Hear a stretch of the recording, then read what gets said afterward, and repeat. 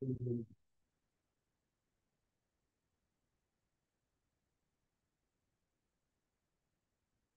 Join అయితే పని చేయలేదు. ఎందుకు ఇక్కడ ఎందుకు డ్రా వస్తుంది? చేస్తుంది. ఇలా వేడి ఉంది. స్కూల్ అయితే చెప్పు.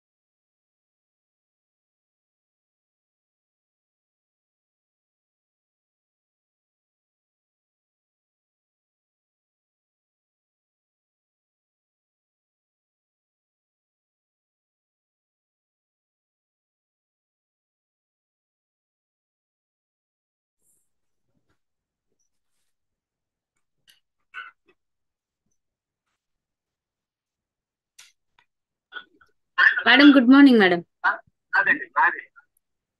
Good morning. Madam, students, nobody yet have joined. But it's okay. Madam? It's okay. You are a student? No, no. I am the faculty. Okay, that's okay. But whenever they have not joined, I have been continuing my classes. Madam, please once again, I could not hear. Even though the students do not join, I continue my classes so that they make use of the Acha, okay. information. Okay. That's how it goes. Uh, 1 second, madam, because Chandrasekhar sir is online. Huh? Yeah.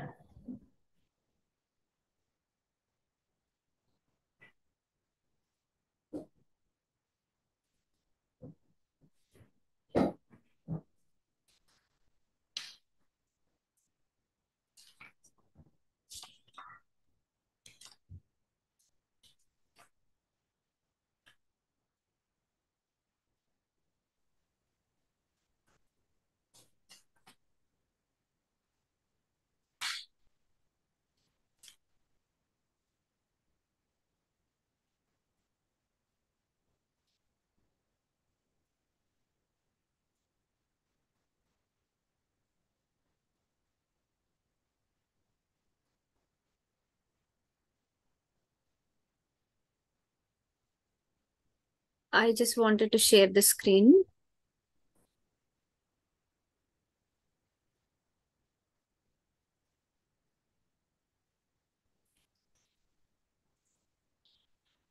Good morning. Today we'll be dealing with the third year semester 5, Educational Psychology, a discipline-specific elective. And I'll be dealing with the aims of education. Madam, 1 second. 1 second.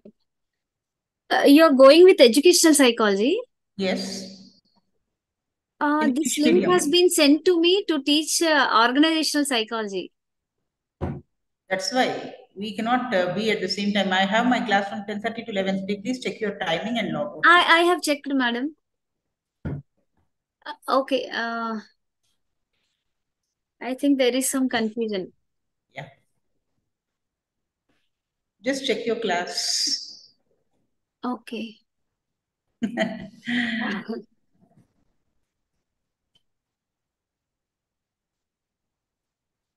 So shall I leave? Yeah, because my class is from 10:30 to 11:30. Even mine also, but the links are been, I think the links are not. Okay, we'll discuss with sir. You please call Mr. Narsimblu. Yes. Yeah. Yes. Okay. Meanwhile, I'll continue with my class. Okay. Fine. Thank you. Okay.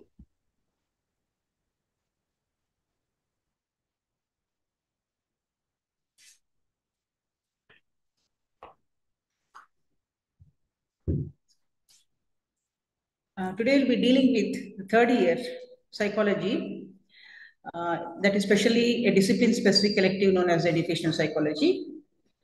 And the first unit is dealing with the aims of educational psychology in relation to the individual and the society. We know that every educational system is a miniature of the society. Now, education is not separate from the societal aspirations, and we find that to bring out any changes in the individuals, it is better that we target the behavior of the individuals, and that is possible only through education.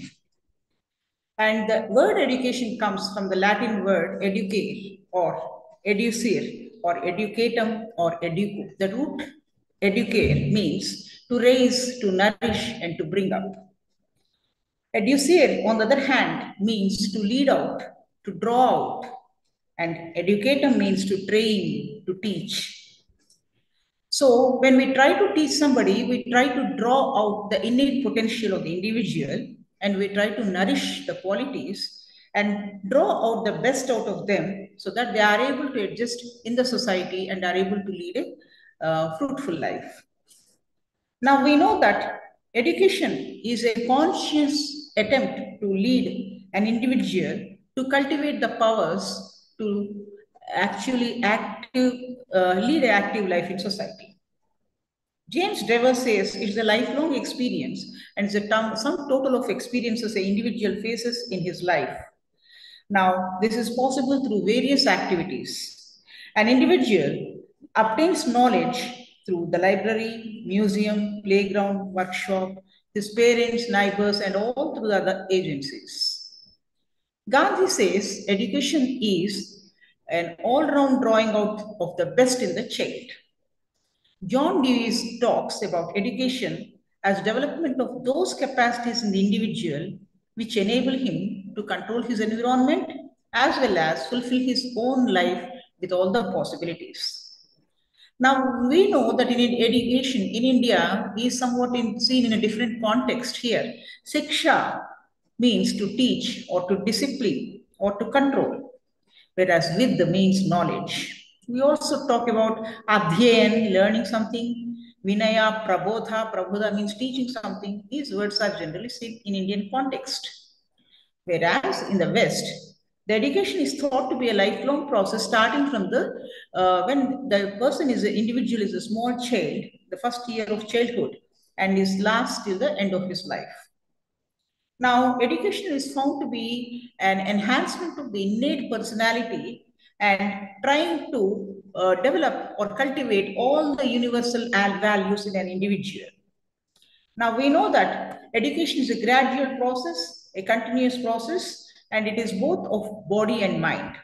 Therefore, according to the Western educational philosophers, it is a deliberate and organized activity by the individuals to take the students through physical, intellectual, and aesthetic and moral and spiritual ways and develop their potentialities in these regions.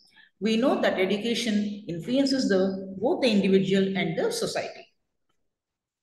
Everything has an aim. So when we consider what are the general aims of education, we find that they are either development of the individual, and we know that all the aims are predetermined. So when we take up an activity or something, we proceed with an aim. Here, the aim of the education is to see that the individual abilities are developed.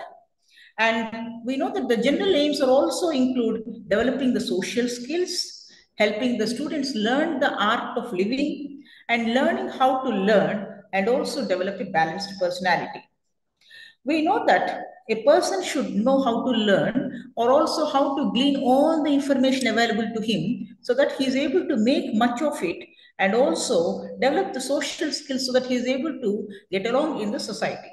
Now we know the world today demands the global citizens, and we require that all the advances in technology must be made use of the individual so that he can be in continuous contact with the society and be a part of the larger community. Also, the students, if they know how to learn, they'll be able to get the information that is required, and they will also follow the same when they are embarking on their career paths. Now, we know that the self-esteem or how the students feel confident about their own abilities is another important aspect. And we know that the inflated self-esteem is not good, but at the same time, lack of self-esteem is also causes problems. So to develop a balanced personality is another aim of the education. Also, one should develop lifelong habits for work. We know that an individual has to work throughout his life and has to work on time, and his work should be done in an appropriate manner and in a timely manner. We know that these are important for the nation building. So one of the aims of sending students to school is we know that they get the knowledge, but also they would be having the timely sense of carrying out of things. And also beyond all this, the general aim of education is providing them with the subject matter or knowledge. We know that there are two aspects or theories of philosophy which talk about the individual aims of education versus the societal aims of education. The individual aims of education see that the innate abilities of the individual have to be developed. We know that the individual should be free, and the educational practice also must be shared with the truth that the individuals must be given the full scope for development. Bertrand Russell says that first an individual must be a good individual, then and everything else follows. Now the potentiality of the individual should be developed fully. If an individualism is not properly developed, no one can achieve distinction. So Lasky, Huxley, Proper, all the famous supporters of individualism has opined that the welfare of the society is only built upon the well-being of the individual. Now, these individual aims talk about the child's power in natural development and the development of individual according to the naturalistic philosophy, where the child is given complete freedom to develop according to his own instincts. This is known as self-realization. And many persons like what we call Christology or the early proponents of this naturalist theory, Rousseau, have always said that the child should be given the freedom to develop according to his own inner ability. The interests and the abilities of the child, if they are developed properly, will give rise to self-realization. Now, the arguments in favor of individual aim is, this is based on psychological principle. We know if the societal aims are somewhat different from the individual aims, and therefore, if they come in conflict, there may be tension, stress, and mental conflict, which may result in a diseased and maladjusted individual. We know that the societal rules are at contrast with those of the individual aims. So also, the biological principles say that an individual has his own innate potential, which has to develop, which again, if given a proper chance, develops into a distinct entity. And every new being has a new organization and a new experiment of life. And the aim of education should be to develop this unique individuality naturally and distinctly. The progressive attitude also talks about that the development of a society is based on the autonomous development of the individual. Also, the democratic values of every country talks about the freedom of the individual, and the aim of education should be the development of the good citizens, because good citizens develop from good persons. Now, there are certain arguments against the individual aim, and they say that if we focus much on the individual, and if we provide full freedom and unrestricted liberty, and this may result in social disintegration because unrestricted freedom may be very unwise.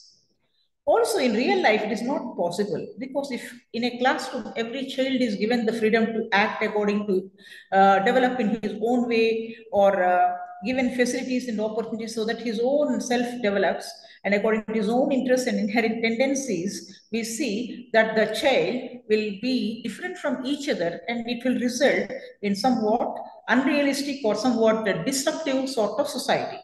So here we should see that it is a common thing or common curriculum, so that all the children are brought under one roof and it will be easier to teach them.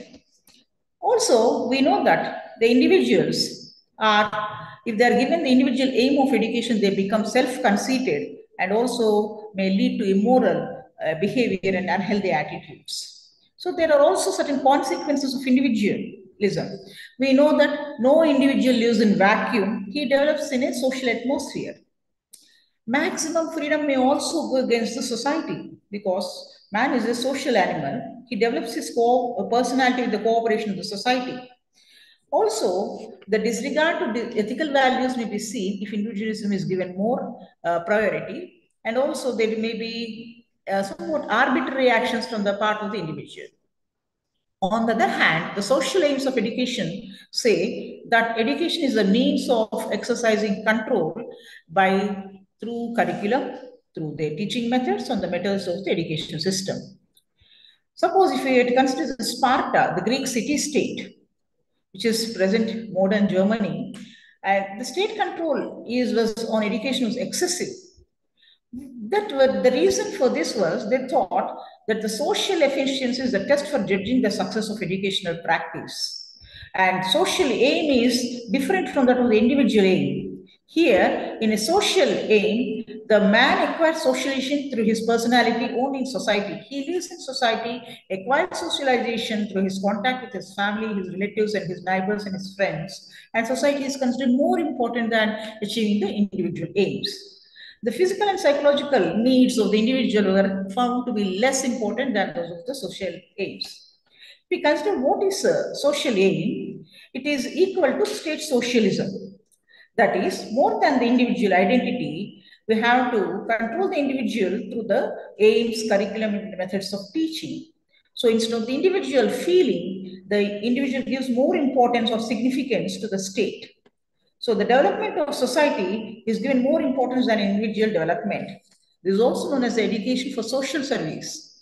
Now, this democratic view of social aim of education is seen much in India, Britain, America, and other democratic powers. What are the arguments in favor of the social aim of education? We know that the society is given more importance than the individual, and every individual has to develop in a particular society, and social welfare forms an essence, and hence the culture and civilization have to be maintained and developed, and without society, peace and justice, their individual cannot exist. An isolated individual is a figment of imagination. Therefore, the society feels that all the individuals should live in groups so that they'll be able to make discoveries and new inventions and lead a happy life. Now, there are also arguments against the social aims of education. We know that man is an important part, and man cannot be neglected for the cause of the society. And only when an individual is good, the social good or national welfare results. Lack of individual freedom will mean that there is suppression of individuality. Now, this will make individuals only a tool of government and dissatisfied. The aesthetic values are not finding much place in this sort of environment, and the lack of aesthetic values may also result in individual dissatisfaction. The intellectual and moral development will result, and also we may find that national jingoist sort of thing may be developed. That is, my country takes priority either right or wrong, and also this may lead to narrow-mindedness, blunt thinking, and unscientific understanding. Now, we know that the educational aims are very important because unless we make education purposeful and ethical, there won't be any result in activities. For example, aims give foresight to all the education planner on how to go about developing a particular individual or in a particular country or develop particular youth in a nation.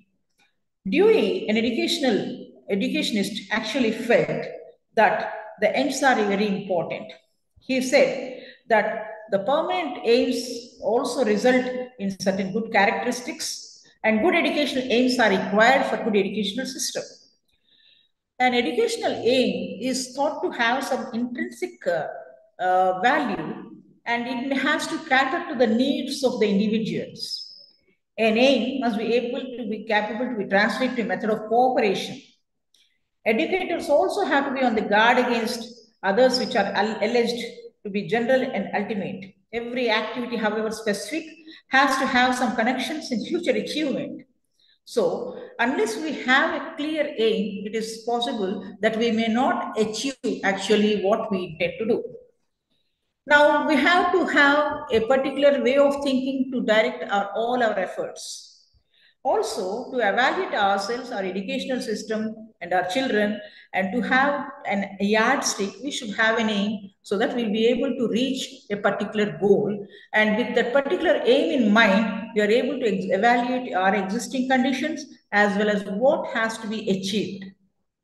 Also, for proper efficient school administration, we require sort of aims, because when we make aware our teachers about the proper aims of education, they'll be able to actually involve those in our curricular and co-curricular activities and will be generally guided by those educational aims. Aims also help in proper administration, proper selection of teachers, etc.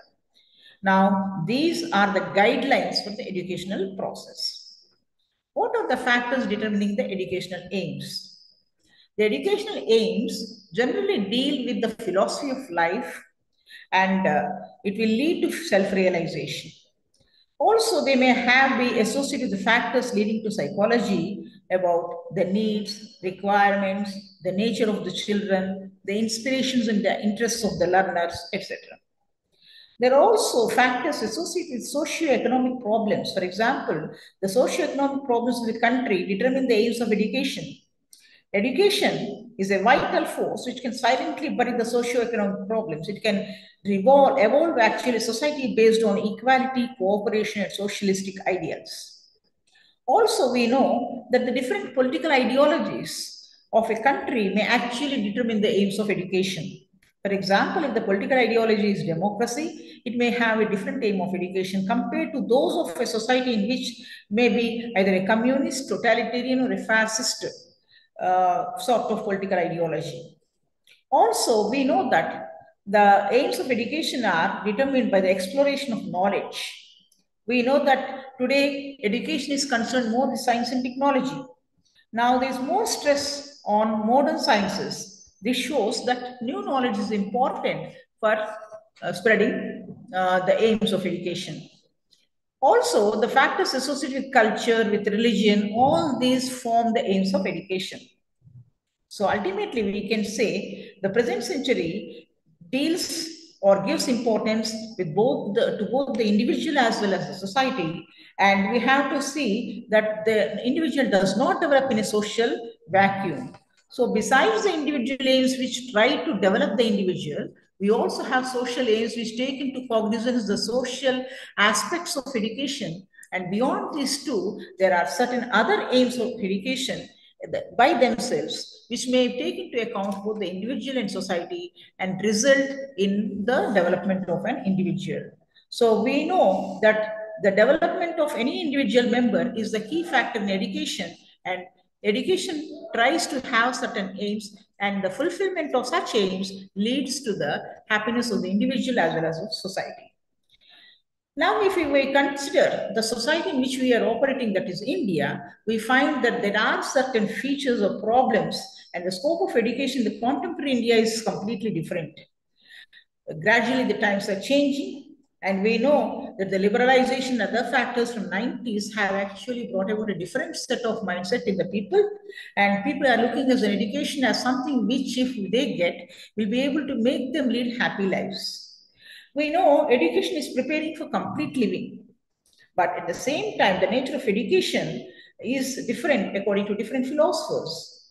Some feel that the education is something which we go on throughout our lives and is provided in every aspect of our life. Gandhi talks about all-round development of the individuals. We know that education is a lifelong process. Always, at all times, we are able to study and learn something. We have got both the formal and non-formal institutions which are providing with knowledge, and they try to give succor to us. That is, along with our experiences, we are able to understand and we are able to gain knowledge up till our deaths. And it's a dynamic process because never is a society at any point static, but knowledge is always dynamic. The individual development also is in different dimensions: physical, mental, aesthetic, moral, spiritual, social, and economic. To develop the child's innate power and to modify their behavior according to the needs of the society, and to make them properly socially adjusted so that they are able to become healthy persons and relate well with their parents or relatives or friends and teachers and other members of the society. Education helps. Education is thought to be a bipolar process, according to John Adams, because there's a continuous interaction between the teacher and the taught. And the impact of personalities is both ways. Some feel that the education is a tripolar process because besides the educator and the educand, there is also the social environment. So a tripolar process is also found because the social environment of the individual can affect the aspect of the education. Education can be both a direct process or it may be indirect, as seen in the non-formal or informal education. In addition to all these, we know that the education helps in enrichment of experiences and goal attainments. And today we know that scientific nature of education, the social changes are the other things which actually are involved in the nature of the education. To understand the nature of the education, C.P. Snow talks about two cultures in the academic world, that is art and science. That is, we have got the scientists as well as the artists. But education is both a science and art. Education is thought to be science because it's a systematic body of knowledge accumulated through the ages by observation and experiment. It has theories and laws, and also the latest trend is educational technology, which also consists of different media, different methods and materials, which are used for education for the growth and development of the individual. At the same time, we call education as an art because it is something beautiful. We also teach some subjects like singing, dancing, painting, and also we try to see that it is also used for realizing certain useful ends like surgery, engineering, etc. So we can say that education is supposed to be our art because it makes human activities beautiful and meaningful. Now, regarding the scope of education, what we teach under education, we teach all the aspects, all the whole, which cover the entire life of an individual. And the education involves the aesthetic, cultural, social, spiritual, mental, physical, and vocational development of the individual. We have got the educational philosophy, which is actually a combination of philosophy and education. The different philosophers, their thoughts, and the way they have told us about bettering our lives and the influence on education are all studied under educational philosophy. We learn about the meaning and the nature of the education, the aims of the education, how to prepare curriculum and what sort of education can result in what sort of individuals, the nature of the textbooks, nature of the discipline, role of a teacher in school environment, all these form part of the educational philosophy. Educational sociology is trying to understand the relation between education and the society. We know that education is carried out in a particular setting of a society. Therefore, the aims, curriculum, methods, teaching, nature of discipline are all dependent on the nature of the society in which it is operating. We know that the impact of education is there on culture and society. Thus, the sociological basis is merged with education in order to achieve the object of socializing an individual through education. Regarding the educational psychology, we know that is the most important influencing factor which affects the process of education. The child faces a number of problems related to education and his own development. Now, we can try to develop the individual by understanding the various stages of physical, social, mental, and emotional development of the child. We have seen through the lifespan development how different theories of development actually help in understanding the child. We also deal with problems related to personality, intelligence, memory, adjustment, and also their understanding. The teachers should, at present, should be equipped with this knowledge so that they will be able to help the child when they struggle, and they can actually guide the student in learning and making adjustment in the different growth stages of the human being. Subsequent units also give us more information how individuals differ from each other and how psychology actually can help the individual to better himself. Also, you have got the educational technology. The technology is applying the knowledge of technology or different teaching techniques so that the child can understand better the subject matter with the help or with the aid of this technological support. Now, when we try to present a lesson, we try to draw the interest and attention of the child, and this is possible with the technology. Educational administration is how actually it is concerned with the material facilities and the operation in the schools. We know that the supervisory functions and improving the learning situations are all dependent on the administration. Good administration, good supervision, good control of schools actually help in better teachers and better qualified teachers, and also trying to overcome the daily hassles of a school life.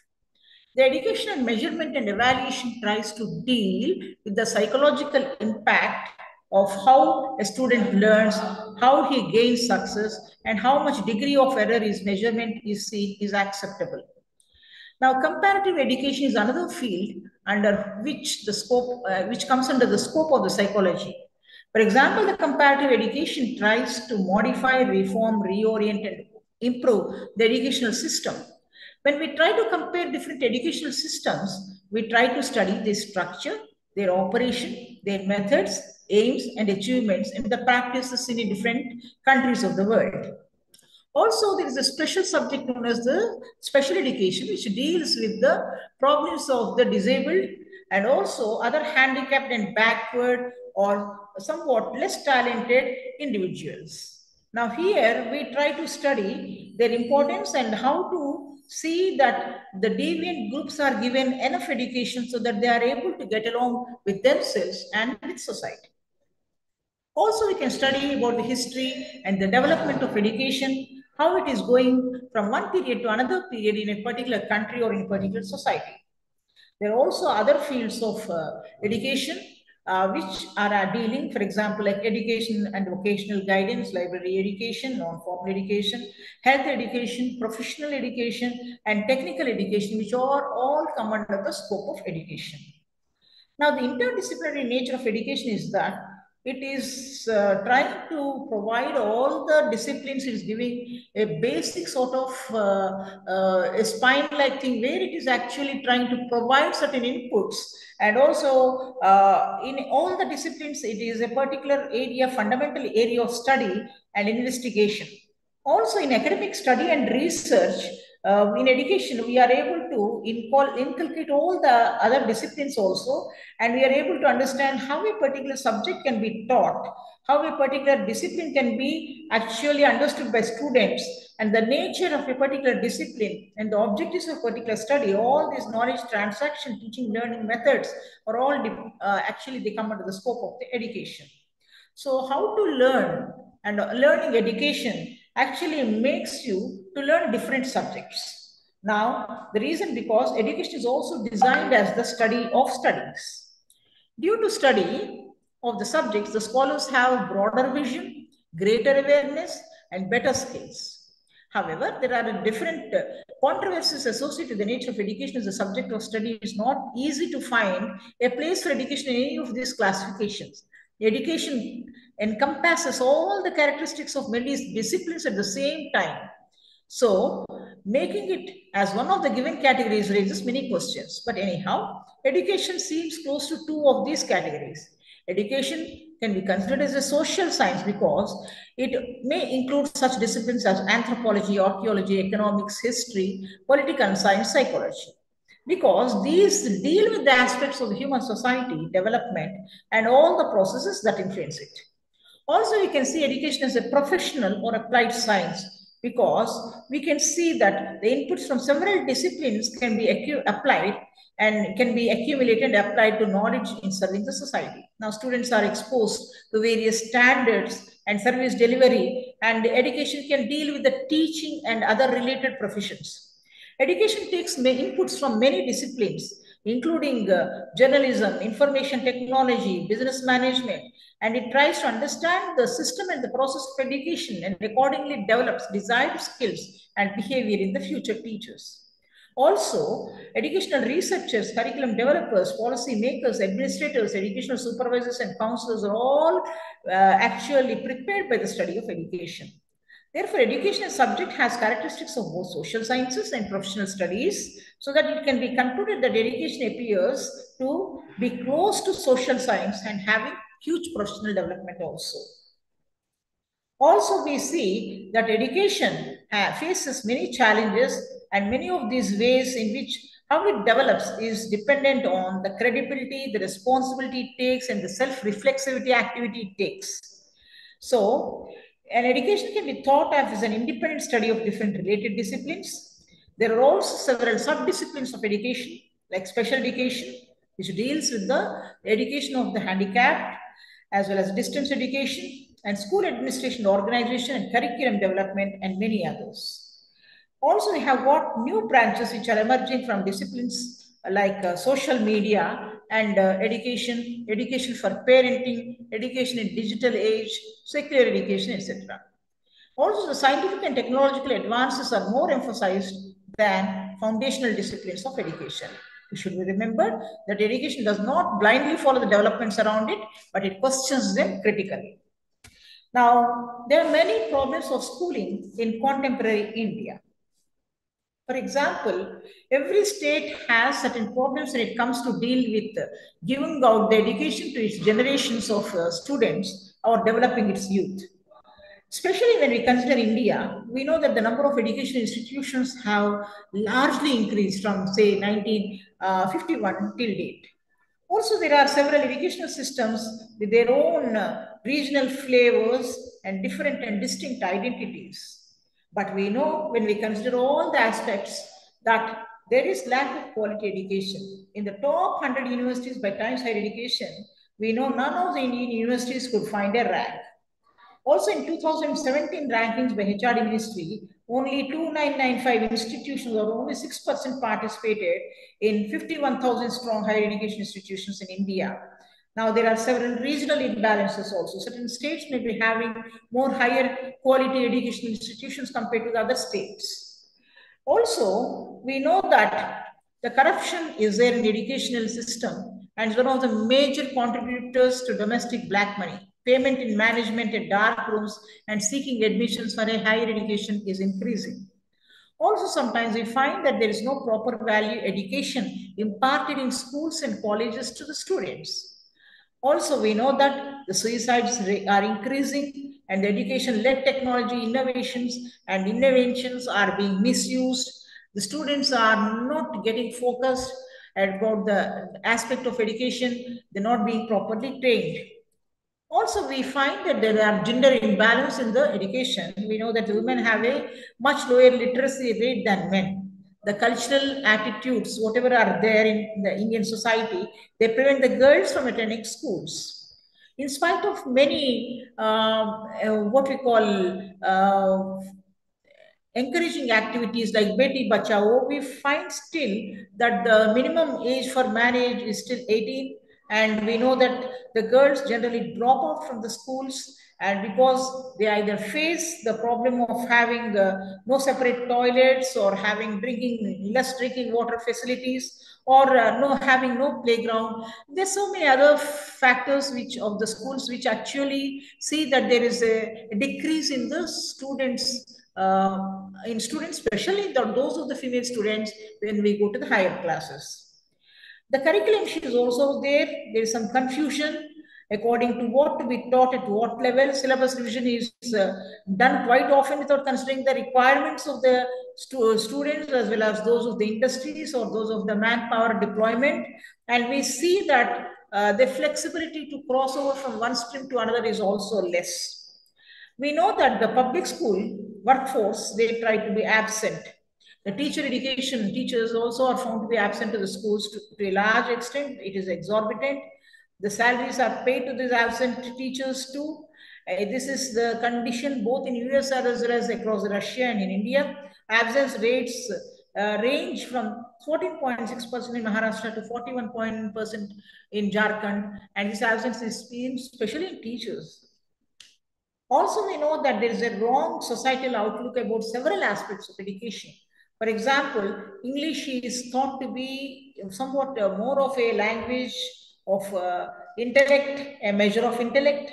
And in education, we see that after getting education, most of these English-speaking students, they migrate to the other countries.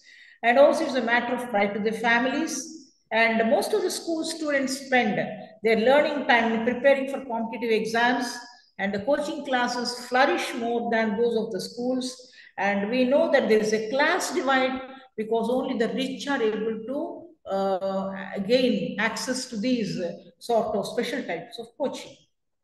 Also, rote learning is given more importance. The schools should try to develop more of a conceptual learning than rote learning, because rote learning comes at the expense of what we call fatigue in students, and they are not able to retain the concepts for a long time.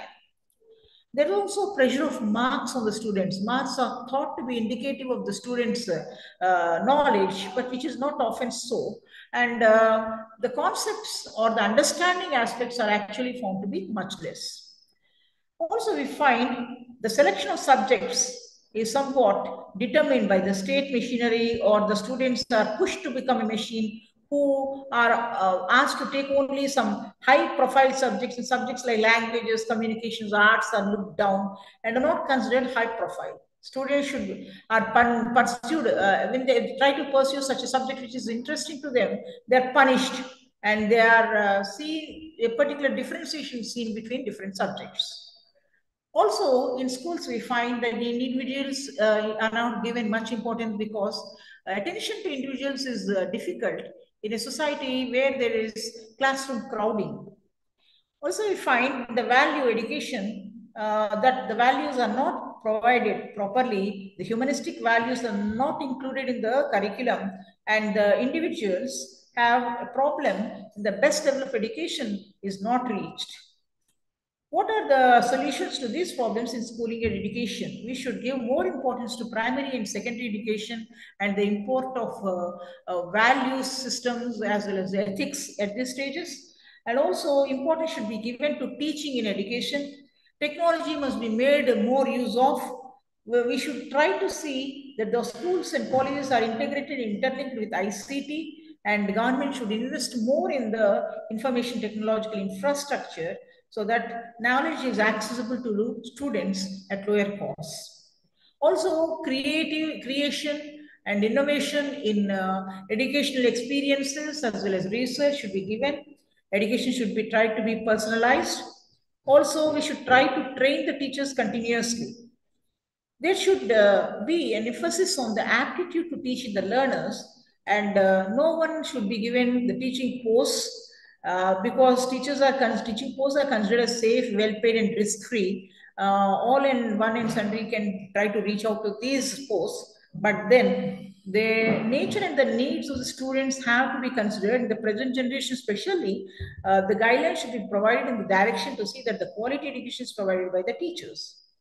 Now, if a country lowers the quality of education, we know that we'll have less skilled doctors, less skilled engineers, cowardly judges, money-minded accountants, greedy businessmen, inhuman preachers and ignorant teachers, and that is the whole society is affected.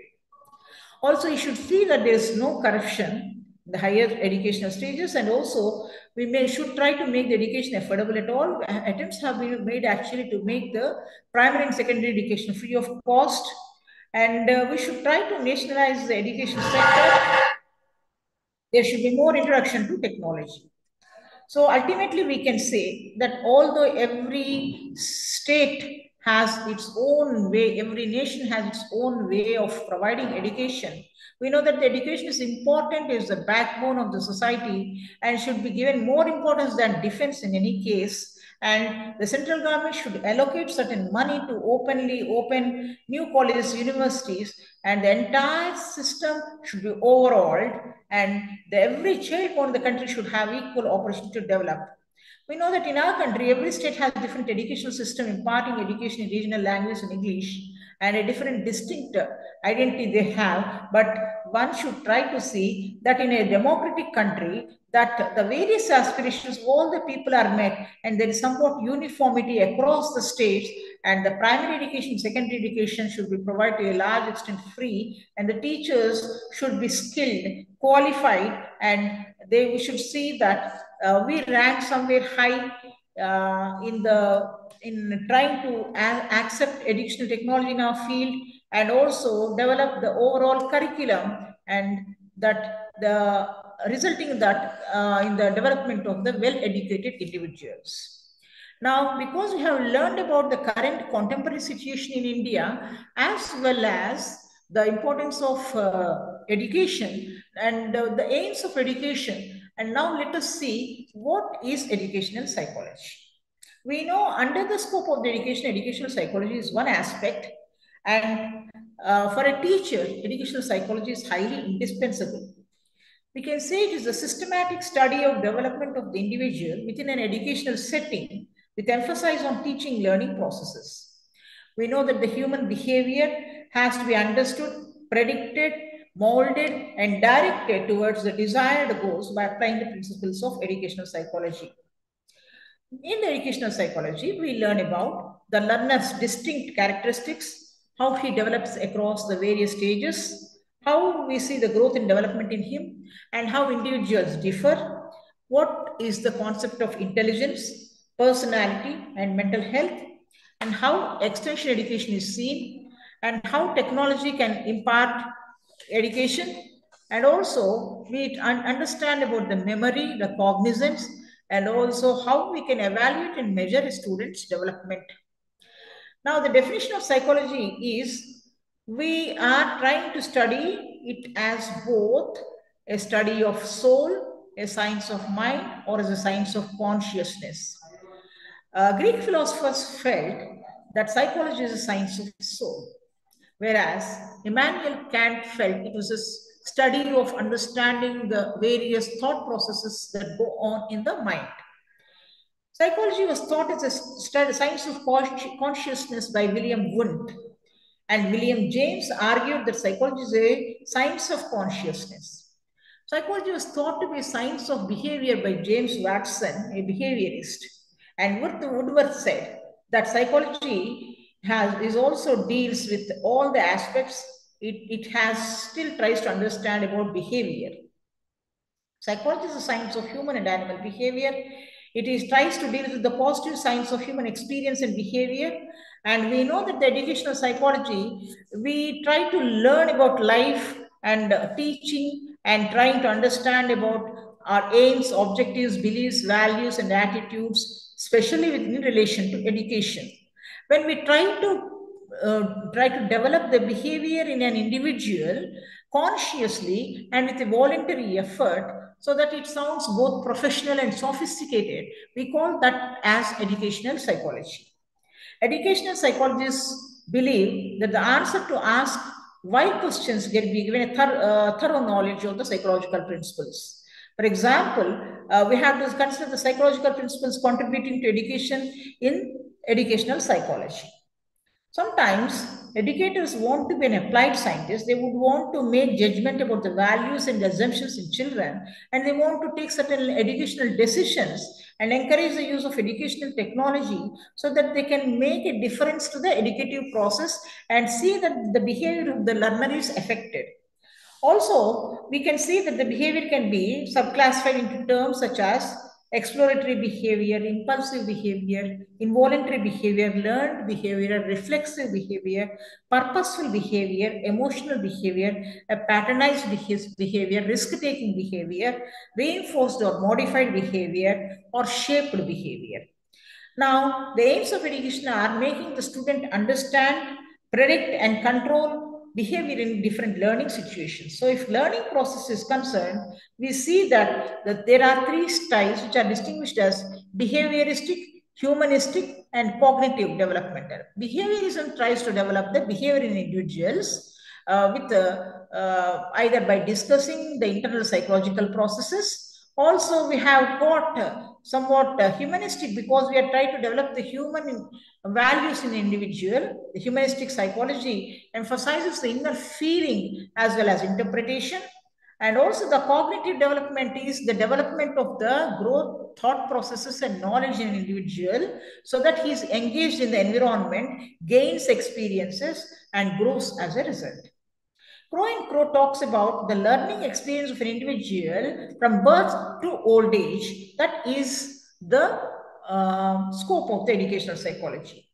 Charles Skinner talks about the teaching and learning process through which the individual's behavior can be developed. Whereas Crow talks about the psychological aspects of educational situations. Stephen says that the educational growth and development of a child, if it is systematically studied, that is known as the educational psychology. Now, Kolinsky talks about the study of those facts and principles in psychology which help to explain and improve the process of the education. Anderson talks about the educational psychology as a field in which the education is developed with the aim of socializing human being and modifying his behavior. Now, we are trying to consider education and psychology, and the application of psychology to the education field can be talked as educational psychology. Judd says that it is the science which explains the changes that take place in an individual through different stages of development. Now, what is the nature of educational psychology? It is both a science as well as a natural science. It is also thought as a social science because it studies about human beings and their sociability. It is considered a positive science because it thinks that the study of the child's behavior, if we try to develop the individual, it has to be resulting in a positive individual. So it's a positive science. It's thought to be an applied science. It's also thought to be a developing or growing science field. When Kelly talks about educational psychology in the following manner, that is, to give knowledge to the child, to understand the nature, aims, and purpose of education, to involve the scientific methods and procedures in education, to present the principles and techniques of learning and teaching, and also to measure how much a child has studied and his innate abilities, and also the growth and development of children, to see if the children are well adjusted to the society, as well as the educational significance and the control of emotions, and see that they are properly trained. Now, the scope of educational psychology is it involves the learner, the learning process, and different strategies. When we consider the learner, there is the scope of development of how an individual learner develops. There is also we can study about the different aspects of how learners differ from each other or the individual differences. Also, we can study how personality is formed in an individual. When we try to consider the learning process, we are talking about the acquisition of knowledge, the retention of knowledge, which may be dependent on the memory, as well as the transaction of the learning, where depending on the environment, learning occurs. The strategies that are used are, what are the different strategies that are used in guidance and counseling the children, as well as in the evaluation? We know that the learning situation or environment occurs, the teacher is there, and the human behavioral condition is there. We try to study the growth and development of the individual, which is again the development is independent on the heritage and the environment. And we know the personality growth also changes. So depending on all these stages, we are also able to see that different individuals grow at different stages, and also that the intelligence of the individuals, depending on it, we try to measure them and we guide or counsel them according to their attainment. When we try to study the relationship between education and psychology, we know that the psychologists call it as a branch of education, the educational psychology, because we are studying something within the self, and also we are studying about the education and the ends and means of promoting it, and trying to understand the how we actually can develop understanding and knowledge in the children with our own experiences and actions. Now, why do we study this? We know that education and psychology are related to each other, and the aims, ideals, and standards of education can be related with those of the psychology, which also try to develop the individual, and we try to see if they're attainable or not. Education demands that the teacher know the child. So for an individual, the teacher to learn about the child, there's no better way than learning the psychology at different stages. Also, psychology helps the teacher to teach effectively, undertaking effective and appropriate teaching techniques.